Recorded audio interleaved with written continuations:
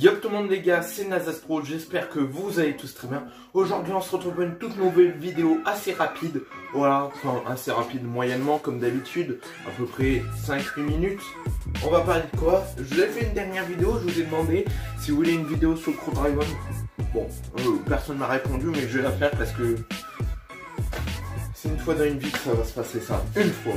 Et vous pourrez dire à vos enfants que je l'ai eu, que vous l'avez vu. Ça.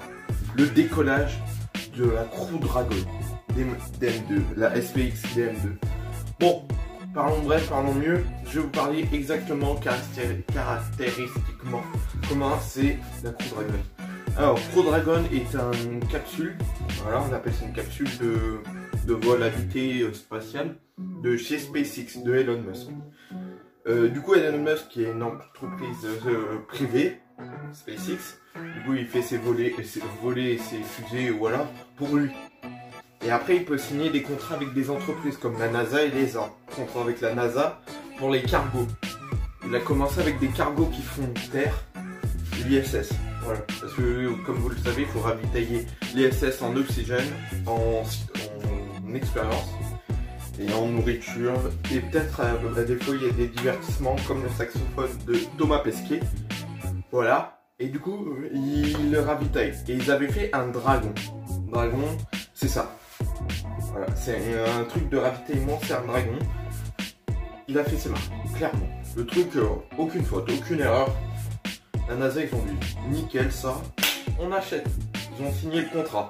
Du coup, voilà, il y a le dragon qui part. Et Elon Musk, il s'est dit, j'envoie des ravitailleurs sans monde. Et pourquoi pas la NASA, ils ont envoyé personne depuis chez X années. Pourquoi je créerais pas une capsule pour envoyer du monde? Moi ça m'arrange. Hein. Oh voilà, hein.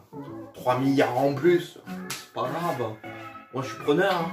Et du coup il l'a fait. Il a créé le Crew Dragon. C'est franchement, c'est la révolution ça.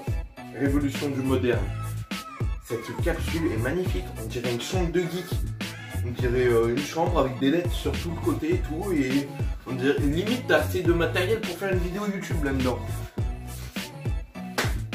Limite les gars maintenant il va y avoir des youtubeurs qui vont partir dans l'espace. Du coup le Crew Dragon il a envoyé là il y a pas longtemps, je crois il y a une semaine même pas, deux hommes, Doug Hurley et Bob Denken.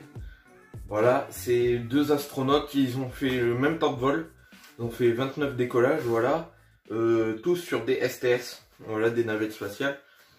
Ils ont passé 128 jours dans l'espace, oui je crois, là chacun.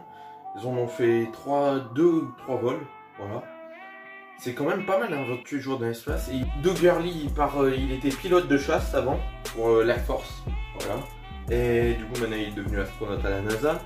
Et Bob Denken, il était ingénieur aéronautique. Du coup, ils ont emmené ces deux astronautes, ils devaient partir mercredi, ils sont pas partis. Pourquoi? Il y avait des champs électriques en altitude, ce qui pourrait faire péter toute l'électricité. Donc, comme la fusée est une fusée autonome, donc il doit avoir des ordinateurs. Ordinateur demande de l'électricité. Et s'il n'y a plus d'électricité, il n'y a plus d'ordinateur, donc il n'y a plus de vol. Du coup, ils n'ont pas fait partir, ils ont dit no for lunch. Et ils sont partis du coup samedi. Samedi, ils sont partis et la météo était limite, hein, mais ils ont réussi à partir. Le booster a super bien atterri. Ils l'ont ramené là hier. Hier, il est revenu à Cap Canaveral. Voilà, parti. On ne sait pas quand il rentre. On ne sait rien du tout. C'est comme c'est un vol de démo, de test. On ne sait rien du tout. C'est la NASA en fait. Ils sont montés. Ils savent même pas ce qu'ils vont faire là-haut. Ils vont dire. Eux, leur boulot, c'est de dire ouais, attention, tu ressens un petit truc dans le dos là quand tu décolles et tout. Et du coup, les équipes suivantes qui vont partir vraiment pour faire des expériences là-haut, ils vont dire d'accord, ok, il m'a dit de faire attention, je fais attention. On parlait de ISS sans parler de Thomas Pesquet, notre astronaute européen. Même si c'est un astronaute européen, il est nationalité française, voilà. Du coup, notre astronaute européen, il va partir dans l'espace la fin 2021 normalement.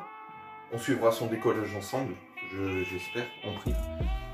Et du coup, il partirait sûrement, sûrement, hein, je dis, parce que c'est pas sûr, il y a encore Boeing, mais Boeing, on n'a pas de nouvelles sur leur capsule.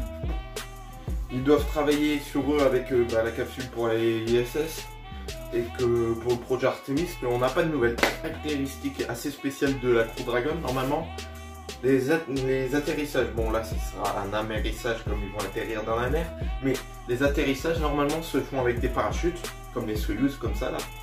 Mais de base, c'est des... En fait les fusées de détresse, c'est des mini Draco, ils appellent ça SpaceX. Voilà le nom des fusées exacts, des mini Draco. Ils doivent... Alors ça doit faire fusée de détresse, c'est un problème, voilà ils éjectent. Et normalement quand tu as atterri, là comme on voit là, il y a le module de service en bas, et il y a la capsule en haut. Et là, j'enlève le module de service, ça vous laisse que la capsule. Et du coup, normalement, vous voyez les petits trous là, les petits espaces là, c'est des mini Draco, soit des fusées de détresse, s'il y a un problème. S'il n'y a pas de problème et qu'ils décollent, quand ils redescendent, normalement, ils devraient s'allumer pour ralentir la chute et ils n'auraient pas besoin de parachute. Ça serait incroyable. Ça serait incroyable. Mais pour le test, ils vont pas le faire parce qu'ils veulent pas prendre de risques, il y a quand même des humains à l'intérieur. Mais ils le testeront un jour. Un jour, ils ont dit, ils testeront parce que voilà, ils ont pas mis des mini Draco sur une capsule pour rien. Ils ont pas fait chier. Et surtout, ce qui est incroyable dans cette fusée, c'est l'espace. Il y a de l'espace, mais comme jamais. Même mieux que la Russie. Parce que la Russie, on avait les genoux au-dessus de la tête. Tu étais en position fétale, tu restais comme ça pendant bien presque 2 jours. Déjà, ils ont changé aussi leur combi SpaceX. Voilà, toute nouvelle combi intravéhiculaire, pas extravéhiculaire.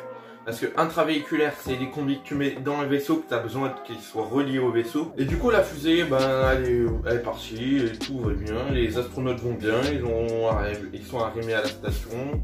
Tout va bien. Le décollage s'est super bien passé. J'ai pu y assister. Là, j'ai pas pu vous filmer parce que j'étais avec ma famille, voilà. Mais sinon, tout s'est super bien passé. Et du coup, je pense qu'on va se laisser là, les gars. Pensez à mettre un pouce bleu, à vous abonner, et on se dit à la prochaine. Peace!